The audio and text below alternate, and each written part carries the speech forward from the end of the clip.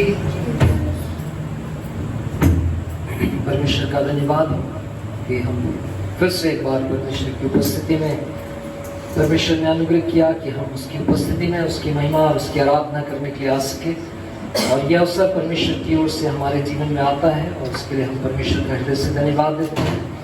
आप सबको, जितने भी लोग हमारे साथ में इस समय ऑनलाइन इस आराधना में शामिल हैं, मैं आप सबों का स्वागत करता हूँ। प्रभु आप सबों को आशीष दे, विशेष रूप से उन लोगों के लिए जो इस समय जब परमेश्वर की आराधना का समय है, इस समय अपने समय को निकालकर परमेश्वर की आराधना में जुड़े हुए हैं, उन सबों के जीवन में निश्चित रूप से आपके लिए परमेश्वर की अद्भुत आशीषें हैं।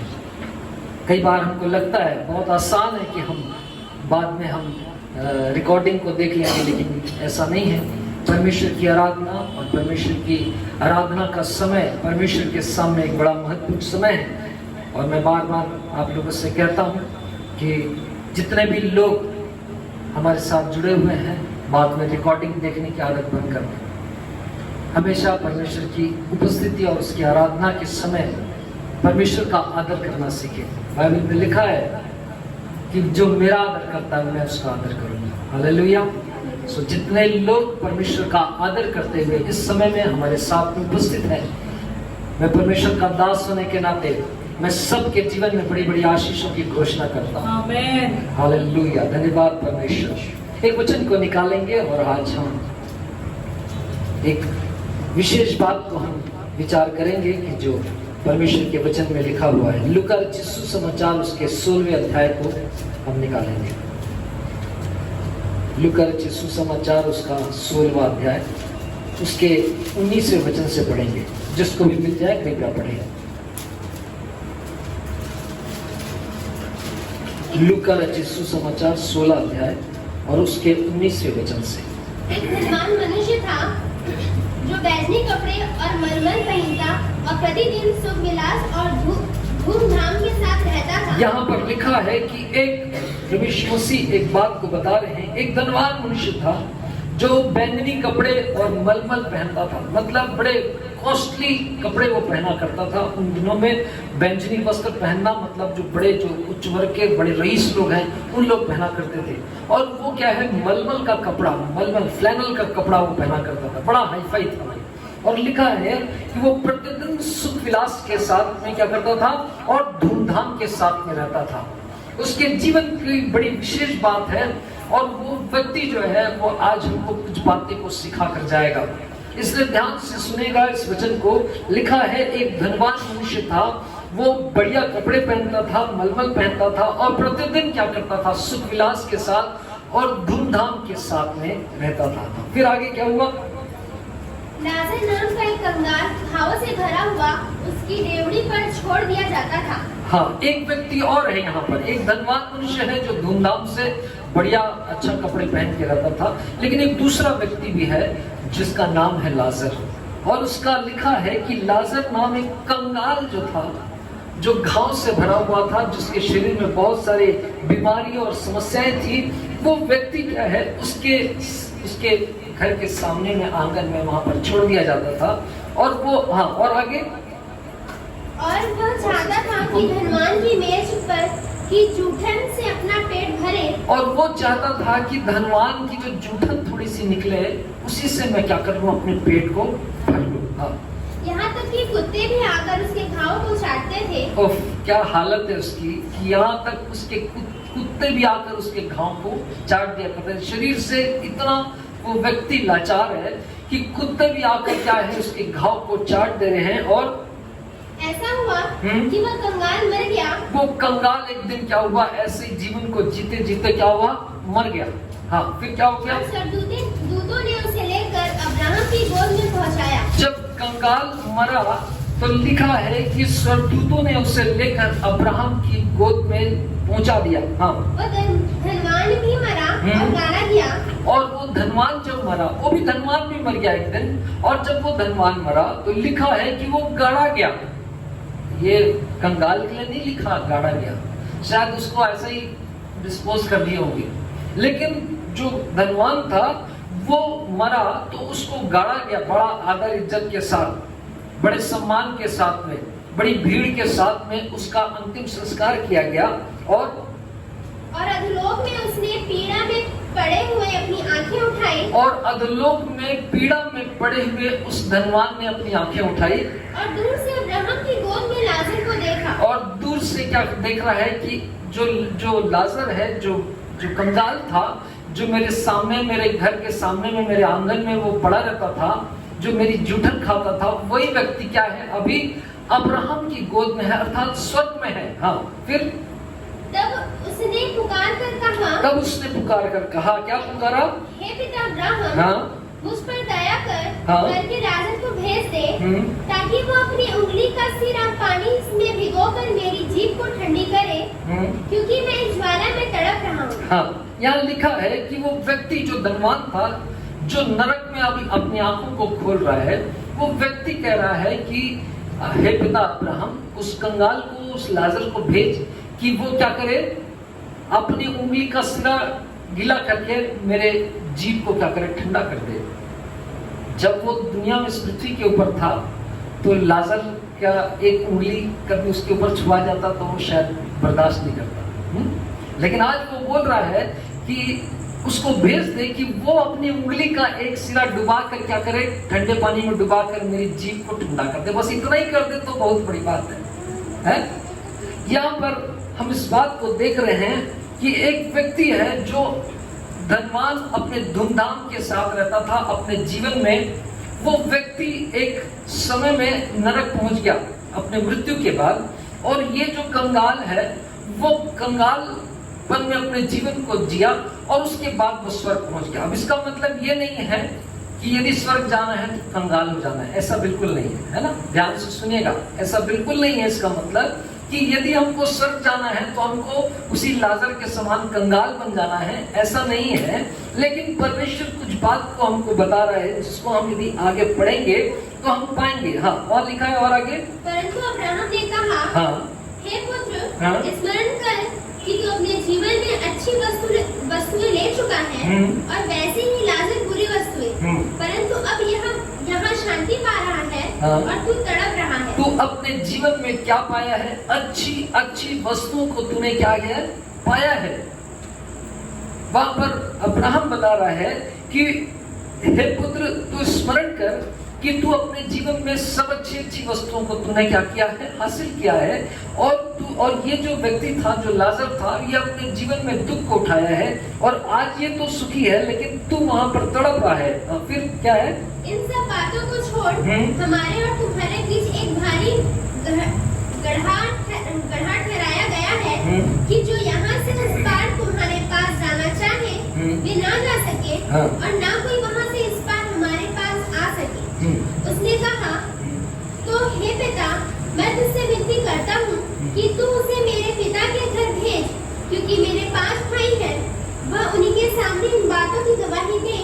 ऐसा ना हो कि वे भी इस पीड़ा की जगह में आए। हाँ, वहां पर लिखा है कि ये व्यक्ति को ये बोल रहा है, अब्राहम जो परमेश्वर का दास है, वो कह रहा है कि तुम अधोलोक से इस स्थान पर स्वर्ग में नहीं आ सकते और यहाँ से हम वहां नहीं जा सकते, क्योंकि परमेश्वर ने उसके बीच में एक गड्ढा ठहरा दिया। इस पार से उस पार कोई नहीं जा सकता, उस पार से इस पार कोई नहीं आ सकता। और वो व्यक्ति बोल रहा है कि अब एक काम कर अब्राहम पिता, तो इतना कर दे कि इस लाजर को भेज वहां पर कि मेरे 5 भाई और हैं। मैं तो धूमधाम के साथ रह रहा था, अब वो 5 मेरे पीछे वैसे ही जीवन को जी रहे हैं। तो इतना कर कि वो क्या करे, वो जब लाजर वहां पर जाएगा, लाजर उनको समझाएगा कि देखो अब तुम्हारा भाई जो है वो वहां पर पीड़ा में तड़प रहा है, तो उन लोग क्या है उसकी बात को मान लेंगे। लेकिन परमेश्वर का दास यहाँ पर कह रहा है कि वो वहां पर, हाँ, फिर आगे वो पढ़ेंगे। अब्राहम ने उससे कहा, क्या बोला? उनके पास तो मूसा और भविष्यवक्ताओं की पुस्तकें हैं, हाँ, वे उनकी सुने। हाँ, उसने कहा, अब्राहम ने कहा कि उनके पास तो ये परमेश्वर का वचन है जिसमें सारी बातें लिखी हुई है। मूसा और अब्राहम की पुस्तकें और भविष्यवक्ताओं की पुस्तकें उनके पास में है, उनके हाथ में है, वो पढ़कर क्या कर सकते हैं, जान सकते हैं।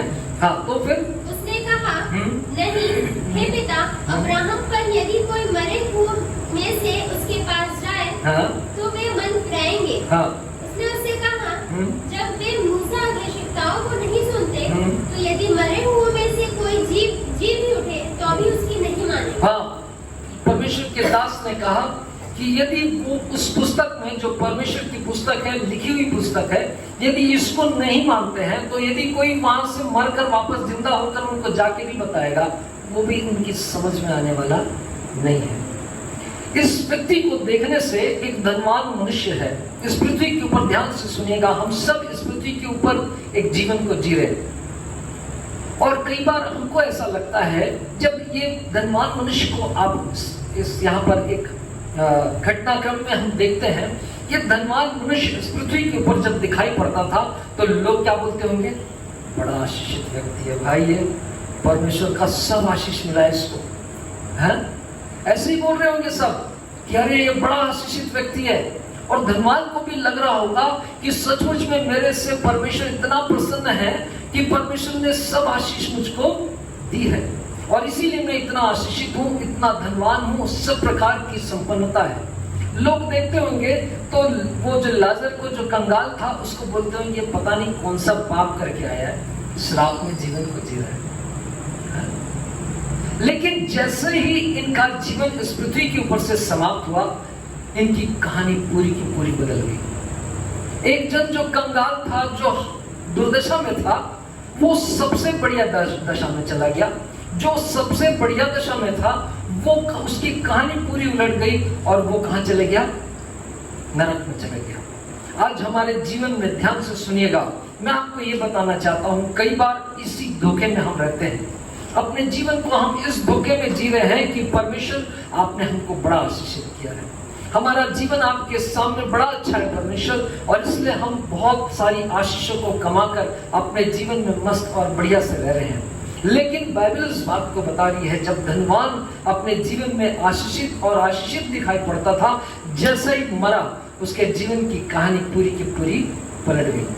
आज सावधानी की इस बात की आवश्यकता है कि हम सब इस पृथ्वी के ऊपर, शायद परमेश्वर ने हमको बड़ी आशीष दिया, परमेश्वर ने हमको बड़े उत्तम और उत्तम भागों को दिया, लेकिन इस बात के सावधान रहना है कि कहीं हम इस बात के धोखे में ना रहें कि हम भी पर उसी धनवान के समान बड़े आशीषित हैं। क्योंकि बाइबल इस बात को बताती है कि वो परमेश्वर जो है वो हमको आशीष और आशीष देता है, लेकिन वो आशीष का अर्थ ये नहीं है कि हम परमेश्वर के राज्य में जाने वाले हैं। उसके लिए बड़ी सावधानी की आवश्यकता है, उसके लिए बहुत बातों को समझने की आवश्यकता है। जो हम अपने जीवन में परमेश्वर के प्रतिफल सोच रहे हैं, परमेश्वर हमारे जीवन में बड़ी आशीष दे रहा है, बड़ा प्रतिफल दे रहा है, वो वास्तव में परमेश्वर का दिया हुआ अवसर है, परमेश्वर का दिया हुआ अवसर है, परमेश्वर का दिया हुआ अपॉर्चुनिटी है कि हम आज क्या करें, अपने जीवन को सुधार लें। परमेश्वर ने हमको आशीष इसलिए नहीं दे रहा है कि हम उसकी दृष्टि में बड़े अच्छे हैं, लेकिन परमेश्वर कई बार हमारे जीवन में इसलिए हमको आशीष दे रहा होता है ताकि आज मेरी इस आशीष के द्वारा इसका जीवन सुधर जाए, आज इसके जीवन में सुधार आ जाए, आज इसके जीवन में कुछ परिवर्तन आ जाए, ये अपने जीवन को फिरा ले, ये अपने जीवन को सुधार ले। और इसलिए परमेश्वर हमारे जीवन में चाहता है कि वो हमारे जीवन में क्या करे, आशीष दे। और आज हमारे जीवन की आशीषों को जो परमेश्वर की ओर से परमेश्वर का अवसर है, हम उसको क्या करते हैं, प्रतिफल समझ लेते हैं कि हाँ, मेरे जीवन से परमेश्वर बहुत खुश है, मुझको आशीष दे रहा है। लेकिन वास्तव में ऐसा नहीं है। वो परमेश्वर की ओर से अवसर हमारे जीवन में दिया जा रहा है। परमेश्वर बार बार चांस और अवसर हमारे जीवन में देता है ताकि हम क्या करें, उस अवसर को पाकर अपने जीवन को सुधार लें। एक वचन को निकालेंगे और उसको हम पढ़ेंगे।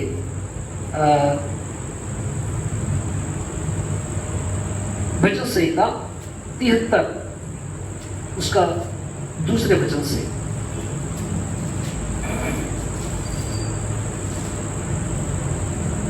मेरे डाग तो उखड़ना चाहते थे, मेरे पैर तो उखड़ना चाहते थे, मेरे डग फिसलने ही पर थे, मेरे पैर फिसलने पर थे, क्योंकि जब मैं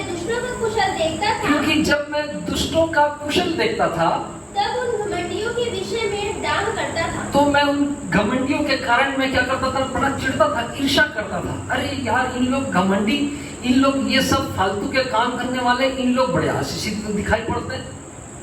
हाँ, और आगे, क्योंकि उनकी मृत्यु में वेदनाएं नहीं होती। उनकी मृत्यु में कुछ किसी प्रकार का दुख और दर्द नहीं होता, बढ़िया जीवन को जी रहे हैं। ये घमंडी है, ये बुरा है, मेरे डग तो उखड़ना चाहते थे, मेरे डग फिसलने पर थे, क्योंकि जब मैं दुष्टों का कुशल देखता था, जो बड़े दुष्ट थे लेकिन कुशल से थे, उनके जीवन में ना कोई बीमारी, ना कोई कमजोरी, ना कोई समस्या, ना कोई कुछ दुख, सब प्रकार की भलाई और भलाई उन्हीं के जीवन में दिखाई पड़ती है। इस बात को देखकर मेरा हृदय जो है वो क्या होता था, निराश होता था। मेरा हृदय जो है वो क्या होता था, परेशान हो जाता था। हाँ, क्योंकि उनकी मृत्यु में वेदनाएं नहीं होती और उनका बल क्या रहता है, अटूट रहता है। हाँ, और आगे, उनको दूसरे मनुष्य के समान कष्ट नहीं होता। उनको दूसरों के अनुसार कष्ट भी नहीं होता, बढ़िया रहते हैं। हाँ, और अन्य मनुष्यों के समान उन पर विपत्ति नहीं पड़ती। और उन पर विपत्ति भी कुछ नहीं पड़ती। मैं ये सोचकर मैं क्या हुआ, दंग रह गया, मैं परेशान रह गया। और आगे, इस कारण अहंकार उनके गले का हार बना है। हाँ, उनका ओढ़ना उपद्रव है। हाँ, 16वें वचन से पढ़िए। जब मैं सोचने लगा इसे मैं कैसे समझूं कि प्रभु ये लोग जो हैं, जो दुष्टता कर रहे हैं, जो पाप कर रहे हैं, बुराई कर रहे हैं, ये लोग बढ़िया जीवन को जी रहे हैं। जब मैं इस बात को सोचने लगा और मैं सोचने लगा कि मैं इसे कैसे समझूं, तो यह मेरी दृष्टि में अति कठिन समस्या। तो ये मेरी दृष्टि में क्या थी, एक बहुत बड़ी समस्या थी। ये मेरे समझ से परे की बात थी। हाँ, और आगे, जब तक कि मैंने ईश्वर के पवित्र स्थान में जाकर, जब तक मैं परमेश्वर के पवित्र स्थान में जाकर उन लोगों के परिणाम को न सोचा, उन लोगों के परिणाम को न सोचा। परमेश्वर का वचन कह रहा है कि जब तक मैं उनके परिणाम तक नहीं पहुंचा। मित्रों, आज हमारे जीवन में हम परिणाम को नहीं देख रहे हैं और यही परिणाम हमारे जीवन से, हमारी आंखों से ओझल है। दुष्ट लोग बढ़िया रह रहे हैं, बढ़िया जी रहे हैं, दुष्टता कर रहे हैं, घमंड कर रहे हैं और ना जाने कितनी प्रकार की बुराई कर रहे हैं। लेकिन हम सब इस बात को जानते हैं। कई बार बोलते हैं ना, यार इन लोगों को कुछ नहीं होता है? हम लोगों को भी लगता है ना कई बार, इतना दुष्टता कर रहा है प्रभु, लेकिन क्या आप कुछ करते नहीं हो, इन लोगों को कुछ नहीं होता यार, इन लोग बढ़िया है? एकदम टिक्के खेल रहे हैं, 80, 90, 95, 100 मार रहे हैं यार इन लोग। ऐसा लगता है कई बार, है ना? सारे जो दुष्टता करने वाले हैं, सारे गड़बड़ी करने वाले लोग हैं, इन लोग तो जाते भी नहीं बोलते हम लोग। कई बार हम लोग भी ऐसा सोचते हैं। लेकिन लिखा है कि जब तक मैं उनके परिणाम को परमेश्वर के उस पवित्र स्थान में जाकर मैंने नहीं पाया, नहीं सोचा, तब तक मैं इस बात को समझ नहीं पाया। आज हमारे जीवन में ये जो व्यक्ति था, जो धनवान था, वो भी कुछ इसी प्रकार के जीवन को जी रहा था। आज हमारे जीवन में परमेश्वर जब अवसर देता है, इस धनवान को परमेश्वर अवसर पे अवसर दे रहा था। परमेश्वर इसको इसलिए आशीष दे रहा था कि ये अपने जीवन में क्या करे, सुधार कर ले। लेकिन समस्या इसकी ये थी कि ये अपने जीवन में सुधार नहीं कर रहा था, लेकिन ये सोच रहा था कि परमेश्वर मुझसे बड़ा प्रसन्न है और इसीलिए वो अपना धूमधाम से सुख विलास के साथ रह रहा था। लेकिन परमेश्वर हमारे जीवन में इसलिए हमको आशीषित नहीं करता कि हम दुष्टता करें, लेकिन परमेश्वर चाहता है कि हमारे जीवन में हम क्या करें, उसको सुधार को ला सकें। इसीलिए परमेश्वर हम पर अनुग्रह करता है, इसलिए परमेश्वर हम पर दया करता है, इसलिए परमेश्वर हमारे जीवन में काम करता है। एक वचन को और निकालेंगे, लूका रचित सुसमाचार 13वां अध्याय, लूका रचित सुसमाचार उसका 13वां अध्याय और उसके 6वें वचन से पढ़ेंगे। फिर उसने यह दृष्टांत भी कहा, हाँ, किसी की अंगूर की बारी में एक अंजीर का पेड़ लगा हुआ। लिखा है कि प्रभु यीशु मसीह ने एक दृष्टांत कहा और उसने बताया कि किसी अंगूर की बारी में एक अंजीर का पेड़ लगा हुआ था।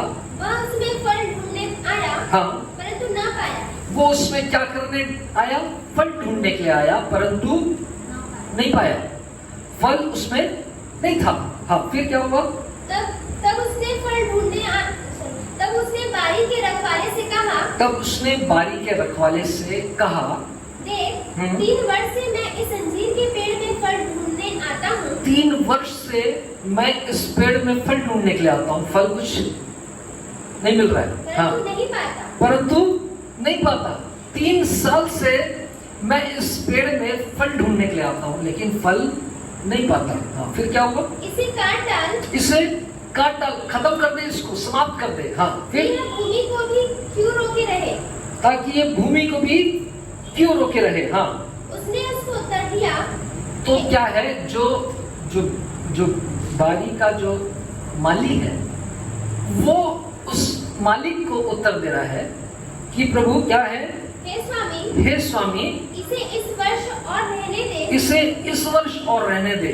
हाँ, कि मैं इसके चारों ओर खोद कर खाद डालूं, कि मैं इसके चारों ओर खोद कर क्या करूं, खाद डालूं, इसको थोड़ा मैं और आशीष दूं, इसको मैं थोड़ा और खाद डाल दूं, इसके जीवन में और कुछ संपन्नता दे दूं, इसके जीवन में कुछ और आवश्यकता है उसको भी मैं पूरी कर दूं, ताकि ये क्या करे, फले। आगे पढ़िए। यदि आगे को फले तो भला, हाँ, नहीं तो उसे काट डालना। 3 साल से तो देख रहा है लेकिन परमेश्वर 1 साल और मौका दे। प्रभु अब तक तो इसमें हमने बहुत खाद डाला, ये हरा भरा हो गया, बड़ा हो गया, फल कुछ नहीं है। परमेश्वर फल ढूंढने के लिए देख रहा है कि इसके जीवन में क्या फल है। मैंने इसको इतनी आशीष दी, इसने क्या किया उस आशीष का। मैंने इसको इतनी संपन्नता दी, इस संपन्नता को उसने क्या किया। मैंने इसको इतना सारा टैलेंट दिया, आशीष दिया, भलाई के काम दिया इसके जीवन में, इसने उसका किया क्या? कुछ फलवंत नहीं, किसी के कोई काम नहीं आया, किसी की कुछ भूख मिटा सके, किसी की प्यास मिटा सके, किसी को कुछ नहीं कर पाया। परमेश्वर बोलता है इसको काट, खत्म कर, इसको हटा यहां से। तो वो जो बारी का जो माली है, जो किसान है, वो बोल रहा है कि प्रभु 1 साल और रहने दे, 1 साल का चांस इसको और दे दे। इसीलिए वो दुष्ट लोग 1 साल करके क्या है, हरे भरे लहलहा रहे हैं। बढ़िया यार, कुछ फर्क नहीं है, जो हम चाहेंगे वैसा करेंगे, कोई फर्क नहीं पड़ता। परमेश्वर हमसे बहुत खुश है। दुष्टता जो है वो परमेश्वर की नजर ही नहीं आ रही है, हमारी दुष्टता उसको नजर दिखाई दे ही नहीं रही है, क्योंकि हम तो ऐसे टैलेंटेड व्यक्ति हैं कि हम क्या है, परमेश्वर को भी क्या कर दे रहे हैं, हम उल्लू बना दे रहे हैं। ये सोचकर क्या है, वो लोग मस्त जिए जा रहे हैं। लेकिन परमेश्वर का वचन में लिखा है, प्रभु यीशु मसीह उस बारी के मालिक से इस बात की प्रार्थना कर रहा है कि प्रभु 1 वर्ष और रहने दे, 1 वर्ष, 1 चांस इसको और देते हैं। और खोदता हूं और खाद डालता हूं, और खोदा और खाद डाला तो क्या हुआ, उसके जीवन में और आशीष आ गई, और संपन्नता आ गई, और कुछ भलाई आ गया जो अब तक नहीं आया था, है ना। और वो क्या सोच रहा है, मैं इस आशीष और आशीष परमेश्वर मेरे भले कामों को देखकर, मेरे जीवन को देखकर परमेश्वर मुझको आशीष दे रहा है। लेकिन वास्तव में उसका जीवन का अंतिम समय है, और वो बारी का जो माली है वो उसको बोल रहा है कि परमेश्वर 1 चांस इसको और देते हैं, 1 मौका इसको और दे दिया जाए। ये शायद इस मौके पे सुधर जाएगा, शायद ये इस मौके पे ये अपने जीवन को कुछ फलवंत करने की कोशिश करेगा, शायद ये किसी के भलाई के काम को करेगा, शायद ये किसी के काम को करेगा, ताकि परमेश्वर प्रभु बहुत सारे फल प्रभु इसमें लग सके, कुछ तो करेगा। आज हमारे जीवन में परमेश्वर आता है फल ढूंढने के लिए। आज हमारे जीवन में हम हरे भरे लोग हैं। परमेश्वर ने अच्छा काम दिया, अच्छा नौकरी दिया, अच्छा घर दे दिया, ये भी ले ले, कार चाहिए कार ले ले, स्कूटर चाहिए ये स्कूटर ले ले, ये चाहिए वो ले ले, शादी चाहिए शादी ले ले, बच्चे चाहिए बच्चे ले ले, ये ले ले वो ले ले, सब दिया, है ना। कोई कमी नहीं परमेश्वर की ओर से, है ना। कुछ फायदा नहीं, कुछ फायदा नहीं। परमेश्वर हमारे पास में आता, कुछ किया क्या अभी तक, इतना उम्र हो गया, 20 साल हो गया, 30 साल हो गया, 40 साल हो गया, 50 साल हो गया, परमेश्वर आता है, देखता क्या किया ये, अभी तक कुछ नहीं फला, क्या करूं, इसका खाद डाला जाए। फिर प्रभु यीशु मसीह बोलते प्रभु 1 चांस और दिया जाए।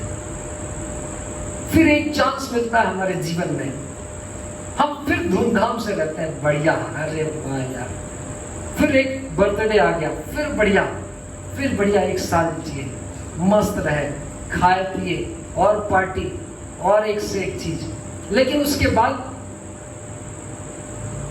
कुछ फल नहीं। परमेश्वर के वचन में लिखा है ना, प्रभु यीशु मसीह इस बात को बता रहे हैं कि परमेश्वर फल को ढूंढ ढूंढना चाहता हूं हमारे जीवन में। क्या किया हमने? प्रभु 1 साल आपने और दिया, लेकिन उसका हमने क्या किया?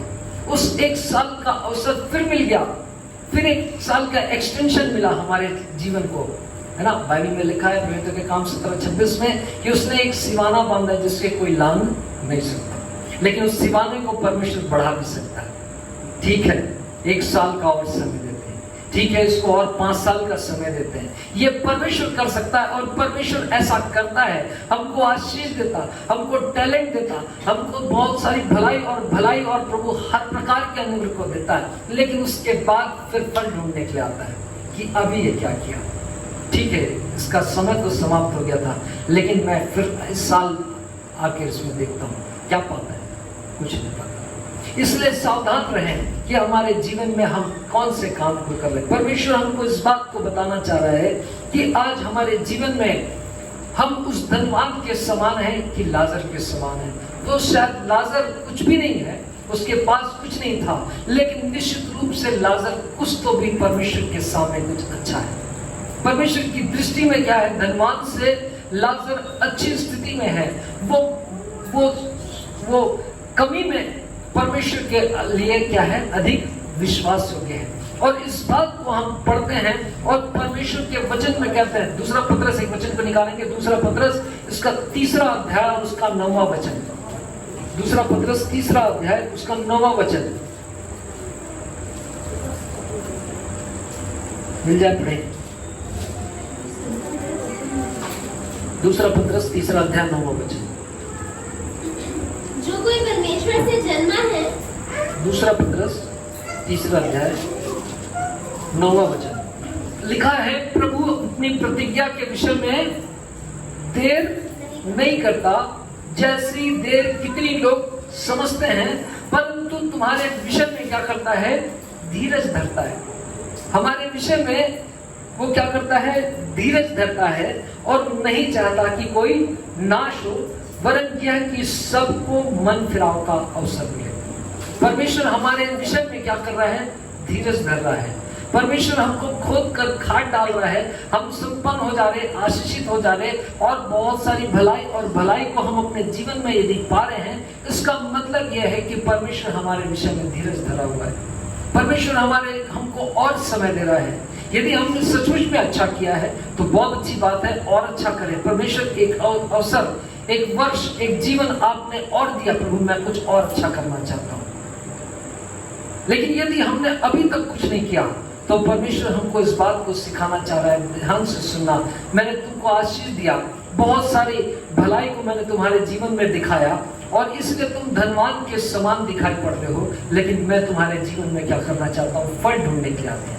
मैं तुम्हारे जीवन में मैं कुछ फल को देखना चाहता हूँ। यदि हमारे जीवन में परमेश्वर ने बहुत सारी आशीष को दिया है, परमेश्वर हमारे जीवन से कुछ अपेक्षाओं को करता है। जब उसने खाद को डाला है, परमेश्वर चाहता है कि हम फलवंत हो जाए। परमेश्वर चाहता है कि हमारे फल के द्वारा बहुत सारे लोग परमेश्वर के राज्य में आ सके। हमने परमेश्वर के अनुग्रह को पाया, लेकिन परमेश्वर के उस अनुग्रह को बांटने का काम अब हमारा है। परमेश्वर के अनुग्रह से जो बातें परमेश्वर ने हमारे साथ की, वो कामों को परमेश्वर के लिए और दूसरों तक पहुंचाने का काम हमारा है। लेकिन हमने कभी भी जहां कहीं बीमार का नाम सुने तो हमने किसी डॉक्टर का पता बताया। हालांकि हम खुद जो है वो बीमारी से कैसे आजाद हुए? प्रार्थना के द्वारा, है ना। लेकिन यही तो परमेश्वर हमसे चाहता है। एक काम परमेश्वर ने हमको दिया है, हमको परमेश्वर ने आशीष दिया, हमको परमेश्वर ने छुटकारा दिया, हमारे जीवन में भलाई को किया। इसलिए नहीं किया कि हम दूसरों का एडवर्टाइजमेंट करें, परमेश्वर ने इसलिए दिया कि हम क्या करें? परमेश्वर के नाम को ऊंचा उठाएं। यही फल है कि हम किसी दूसरे व्यक्ति को परमेश्वर के वचन के बारे में बताएं।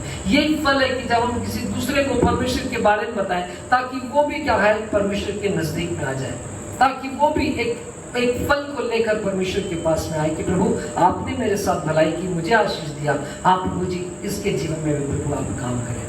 परमेश्वर करने के लिए तैयार है, लेकिन सावधानी की बात यह है कि आज हम अपने जीवन में जो परमेश्वर अवसर दे रहा है, कहीं हम उसको ये तो नहीं सोच रहे कि ये परमेश्वर की ओर से मेरे लिए रिवार्ड है। ये मेरे लिए आशीष है, क्योंकि हाँ मैं अब तक भला भला कर रहा हूँ, इसलिए परमेश्वर मुझको बड़ा आशीष दे रहा है। ऐसा सोचना बड़े धोखे की बात हो सकती है। ये धनवान ऐसे ही सोच रहा था, हाँ प्रभु आप मुझको बड़ा आशीष दे रहे हैं, मेरा जीवन बढ़िया है। लेकिन वास्तव में जब वो धनवान मरा तो लिखा है कि धनवान आंखें खोला और वो कहाँ पड़ा हुआ मिला? नरक में। आज हमारे जीवन में परमेश्वर का दिया हुआ अवसर है, और इस बात को परमेश्वर हमसे चाहता है कि हम इस जीवन में क्या करें। उस अवसर को जो परमेश्वर ने हमको दिया है उसको बड़ी सावधानी के साथ, ईमानदारी के साथ, विश्वास योग्यता के साथ उसमें आगे चलें। इफिसियों की पत्री एक वचन को निकालेंगे, 5वां अध्याय और उसका 15वां वचन। वहां लिखा है, इसलिए ध्यान से देखो कि कैसी चाल चलते हो, निर्बुद्धियों की नाई नहीं परंतु बुद्धिमानों की नाई चलो, और अवसर को क्या समझो?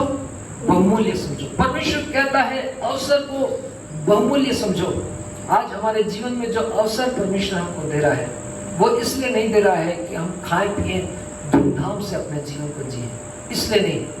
परमेश्वर हमको इसलिए अवसर दे रहा है कि हम कुछ परमेश्वर के राज्य के लिए करें, कुछ परमेश्वर के राज्य में कुछ काम को करें, परमेश्वर के राज्य के लिए कुछ परमेश्वर की इच्छा के अनुसार कुछ काम को करें। परमेश्वर हमको खाद डालकर हमको इसलिए नहीं बढ़ा रहा है कि हम हरे भरे और अपने लिए ही इंतजाम करते रहे। लेकिन परमेश्वर जो हरा भरा, जो पेड़ हरा भरा रहता है वो क्या है? सिर्फ अपने तक है, लेकिन जो यदि उसमें फल लगता है तो वो क्या होता है? दूसरों के लिए होता है। कोई भी पेड़ अपने फल खाता है क्या? कोई पेड़ अपने फल नहीं खाता, लेकिन पेड़ जब फलवंत होता है उसके फल क्या करते हैं? दूसरों को आशीषित करते हैं, दूसरों के लिए भलाई को लेकर आते हैं। पेड़ खुद अपने फल नहीं खाता। परमेश्वर चाहता है कि हम फलवंत हो जाए, हमारी आशीष, हमारी भलाई दूसरों के जीवन में भी पहुंचे, दूसरों के जीवन में भी हम परमेश्वर के वचन को लेकर जाएं, दूसरों के जीवन में भी हम परमेश्वर के उस उपाय को और परमेश्वर के अनुग्रह को बताएं। और परमेश्वर हमारे जीवन में अवसर पे अवसर, समय पे समय एक्सटेंशन हमारे जीवन में इसलिए दे रहा है कि हम क्या हो जाए? फलवंत हो जाए। जो बारी का माली है वो कह रहा है, प्रभु मैं इसमें खोदता हूं और इसमें फिर से मैं खाद डालता हूं, आगे को फले तो ठीक है, नहीं तो फिर काट डालना। 1 साल और चांस दे परमेश्वर। आज हमारे जीवन में परमेश्वर हमको ऐसे ही अवसर दे रहा है। बहुत सारे लोग इस कोरोना वायरस में मर गए, उनके जीवन के चांस खत्म हो गए, लेकिन परमेश्वर ने हमको अवसर दिया। उस परमेश्वर ने हमारे जीवन में भलाई को किया। उस परमेश्वर ने हमारे जीवन कुछ हमारी क्वालिटी के कारण नहीं, ये परमेश्वर ने अपनी दया और अपने अनुग्रह के कारण किया। और परमेश्वर चाहता है कि 1 साल का एक्सटेंशन मैंने तुझको और दिया, 6 महीने का एक्सटेंशन मैंने तुझको और दिया, 5 साल का एक्सटेंशन मैंने तुझको और दिया। यदि आगे को फलेगा तो अच्छा है, नहीं तो फिर मैं आऊंगा तो फिर उस समय मैं क्या करूंगा? काट डालूंगा। सावधान रहें। जितने भी लोग, यदि आपको परमेश्वर ने आशीष दिया है, यदि आपके जीवन में परमेश्वर ने छुटकारा किया है, यदि आपकी प्रार्थना को परमेश्वर ने सुना है, यदि आपने परमेश्वर को जाना है, निश्चित जानिए कि ये परमेश्वर की ओर से खाद डाला गया। फलवंत होना इस समय आपकी जिम्मेदारी है। यदि हम एक समय अपने हाथ को लगाएंगे, परमेश्वर हमको फलवंत करेगा। यदि हम अपने मुंह को खोलेंगे एक गवाही के लिए, परमेश्वर उसको फलवंत कर देगा। बाइबल में लिखा है कि तू अपने बीज डाल। वो परमेश्वर का वचन कहता है, वो परमेश्वर है, वो बढ़ाने वाला।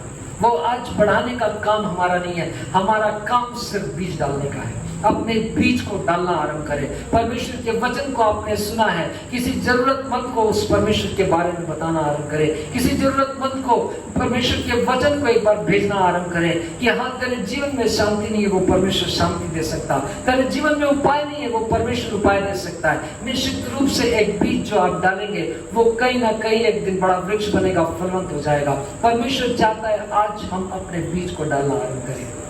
धनवान के समान ना बने, जिसने अपनी आंखों को जब बंद किया, उसने अपनी आंख को खोला और उसने क्या पाया कि मैं एक अंधकार में, इस काले में, इस ज्वाला में मैं क्या तड़प रहा हूँ। परमेश्वर के बहुत सारे ऐसे लोगों के विषय में मैं जानता हूँ।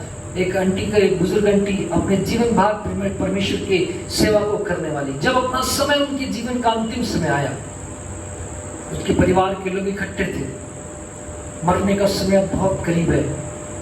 वो आंटी ने लोगों को बोला, शांत रहो, देखो देखो परमेश्वर के स्वर्गदूत कैसे सुंदर गीतों को गाते हुए आ रहे हैं।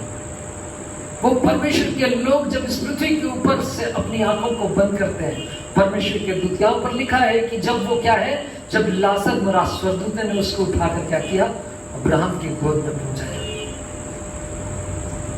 लेकिन धनवान मरा तो क्या हुआ, शैतान के लोग दूतों ने आकर उसको ले गया। और वो आंटी के बारे में बता, फिर वो आंटी जो है वो बताने लगी, देखो स्वर्गदूतों की कितनी सुंदर परमेश्वर की आराधना सुनाई दे रही है, देखो ध्यान से सुनो, आजू बाजू उनके परिवार के लोग खड़े थे, किसी को कुछ सुनाई नहीं दे रहा, कहाँ सुनाई दे रहा है, कहाँ कुछ दिखाई दे रहा है, देखो अब देखो स्वर्गदूत नजदीक आते चले जा रहे। वो आंटी ने बताया कि अब देखो वो स्वर्गदूत आ गए इस कमरे में, सब लोग देख रहे, कहाँ दिखाई दे रहा, हमको तो कुछ दिखाई नहीं पड़ रहा, लेकिन वो आंटी बता रही कि वो देखो वो स्वर्गदूत मुझे लेने के आए। परमेश्वर के वचन में लिखा है, वो लाजर मर गया, स्वर्गदूत ने उसको उठाकर क्या किया, अब्राहम की गोद में पहुंचाया। अपने परिश्रम को चालू करें। हो सकता है अपने हमारे पास कोई ऐसा कुछ खास बात अपने को दिखाई नहीं पड़ती है, परमेश्वर का एडवर्टाइजमेंट मेरे और आपकी जिम्मेदारी है।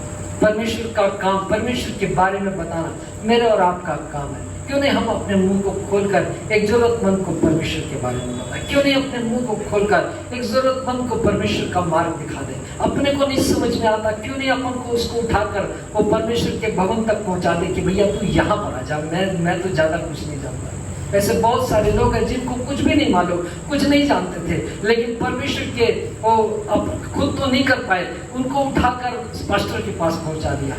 अब पास्टर ने उनको कुछ वचन बताया, परमेश्वर ने काम किया विकृति से, लेकिन खाते में किसके गए, उनके गए।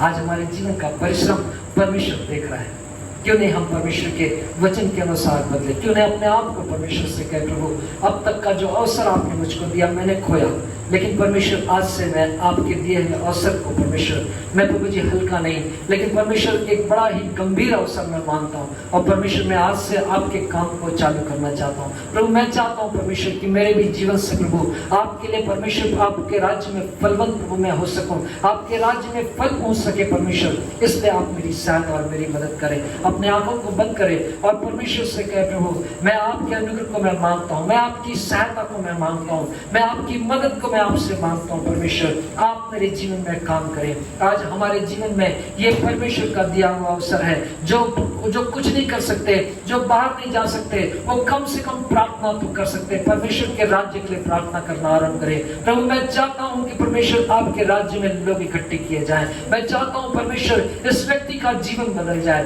प्रभु मेरी इच्छा है परमेश्वर कि मेरे परिवार, मेरे घराने के लोगों का मन प्रभु जी बदल जाए, लोगों के जीवन बदल जाए। परमेश्वर आप मेरी सहायता करें। कोई तो प्रार्थना कर सकता है, कोई तो गवाही बांट सकता है, कोई तो वचन बांट सकता है, कोई तो किसी को लेकर परमेश्वर के भवन तक पहुंच सकता है।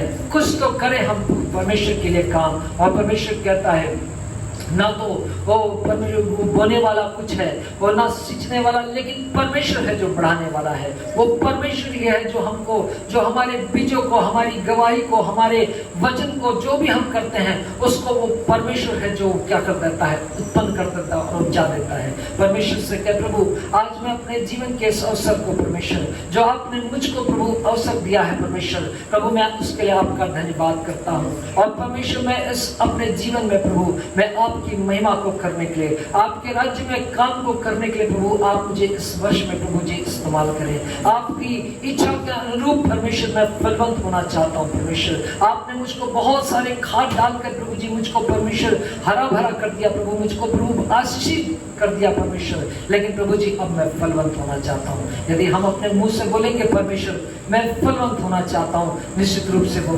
परमेश्वर हमको फलवंत करेगा। जब तक हम परमेश्वर से मांगेंगे नहीं, कुछ होने वाला नहीं है, लेकिन परमेश्वर से कहना है, प्रभु मैं भी आपके राज्य के लिए फलवंत होना चाहता हूँ, मैं भी आपके लिए फल को बटोरना चाहता हूँ, मैं भी आपके राज्य के लिए प्रभु बहुत कुछ प्रभु लेकर आना चाहता हूँ। आप मेरी सहायता करें। अपने आंखों को बंद करें, परमेश्वर से कहे, प्रभु इस अवसर को जो आपने मेरे जीवन में दिया है, इन आशीषों को जो आपने मेरे जीवन में ठहराया है, प्रभु उसके लिए मैं आपका धन्यवाद करता। लेकिन परमेश्वर सिर्फ हरा भरा नहीं, लेकिन प्रभु मैं फलवंत होना चाहता हूँ परमेश्वर, क्योंकि आपका बाइबल कहती है प्रभु यीशु मसीह फल को ढूंढने के लिए आए, और प्रभु यीशु मसीह ने अंजीर के पेड़ में के पास गए और उनको फल को वहां पर ढूंढने लगे, लेकिन लिखा है कि कोई फल नहीं मिला। और प्रभु यीशु मसीह ने उस अंजीर के वृक्ष को श्रापित किया कि अब तुझ में कभी कोई फल नहीं लगेगा, और वो अंजीर का वृक्ष जो है उसी समय सूख गया। आज हमारे जीवन में परमेश्वर इस अवसर को दिया है, निश्चित रूप से इस अवसर को कोई भी प्रतिफल ना समझे, हमारी भलाई के काम के कारण परमेश्वर ने हमको आशीष दिया ये ना समझे, ये परमेश्वर के अनुग्रह का समय है, ये परमेश्वर की दया के कारण हमारे जीवन में भलाई और भलाई को हम देख रहे। परमेश्वर से कहे प्रभु मैं आपके लिए फलवंत होना चाहता हूँ, आप मेरे जीवन में काम करें प्रभु। अब तक जिनको मैंने प्रभु आपके वचन को नहीं बता पाया, प्रभु मेरे मुंह को, मेरे हियाव को प्रभु मेरे हृदय में भरे, ताकि परमेश्वर प्रभु मैं आपके वचन को मैं बता सकूं, मैं लोगों तक प्रभु आपके सुसमाचार को पहुंचा सकूं, मैं लोगों को परमेश्वर आपके नजदीक तक लेकर आ सकूं। प्रभु मुझको बोझ दे परमेश्वर, ताकि प्रभु जी जो परमेश्वर भटके हुए हैं मैं उनके लिए प्रार्थना कर सकूं। प्रभु मैं कुछ तो कर सकूं प्रभु, ऐसा अनुग्रह मेरे जीवन में कर, ताकि परमेश्वर मैं आपके राज्य के लिए प्रभु वो परमेश्वर फलवंत हो सकूं। पहले परमेश्वर मैं धनवान के समान प्रभु जी वो परमेश्वर वैसा नहीं, लेकिन प्रभु जी मैं आपके नाम की महिमा के लिए परमेश्वर को मुझे इस्तेमाल होना चाहता हूँ। प्रभु आप मेरे जीवन को परमेश्वर अपने हाथों में ले। प्रभु जी जब मेरी आंखें इस पृथ्वी के ऊपर से बंद हो, प्रभु जी मेरी आंखें स्वर्ग पे आपके सामने मेरी आंखें खुले, और परमेश्वर मैं आपको देखकर धन्य हो सकूं। परमेश्वर आप मेरी सहायता करें। हम प्रार्थना करने जा रहे हैं, अपने मुंह को खोलकर परमेश्वर से कहे प्रभु अब तक जो नहीं हुआ परमेश्वर प्रभु अब मेरे जीवन से होने पाए। जो अवसर आपने दिया है प्रभु उस अवसर में प्रभु मुझे आप प्रभु जी फलवंत बना दे परमेश्वर, ताकि मेरे जीवन से आपकी इच्छा पूरी हो। जीवित परमेश्वर हम आपके चरणों के नजदीक में उपस्थित हैं, हम आपका हृदय से धन्यवाद करते हैं। आपने अनुग्रह किया परमेश्वर, आपने बड़ी दया की, हमारे जीवन को परमेश्वर इस पृथ्वी के ऊपर बचाया प्रभु। बहुत सारे लोग इस पृथ्वी के ऊपर समाप्त हो गए, नष्ट हो गए परमेश्वर, लेकिन प्रभु जी आपने प्रभु अपनी बड़ी दया से हमारे सुदीप परमेश्वर और हमारे जीवन को प्रभु जी हर प्रकार की भलाई और आशीषों से प्रभु भरा। हम आपका धन्यवाद करते हैं पिता, आपसे प्रार्थना करते हैं, आपका अनुग्रह हम चाहते हैं परमेश्वर। प्रभु आपसे विनती करते हैं प्रभु आप हम सबों को फलवंत बनाइए, आप हमारे जीवन को परमेश्वर आपके अनुग्रह से प्रभु फलवंत कीजिए प्रभु जी। हमारा जीवन परमेश्वर बहुत देरों का प्रभु बहुत सारे फल को परमेश्वर आपके राज्य के लिए लेकर आने वाला जीवन बन सके परमेश्वर। प्रभु आप हमारे हृदय में बोझ दे परमेश्वर, ताकि प्रभु हम भटके हुए के लिए प्रार्थना कर सके। प्रभु आपने हमको छुड़ाया प्रभु जी, हम प्रभु बहुत देरों के लिए छुटकारे के लिए हम प्रार्थना करने वाला हमको बना दे परमेश्वर। और प्रभु जी आप हमारी सहायता करें। बाइबल में लिखा है वो गिरासेनियों के देश का वो व्यक्ति को प्रभु यीशु मसीह ने छुटकारा दिया, और प्रभु यीशु मसीह ने कहा जो तेरे साथ परमेश्वर ने भलाई की जाकर दूसरे लोगों तक भी पहुंचा दे।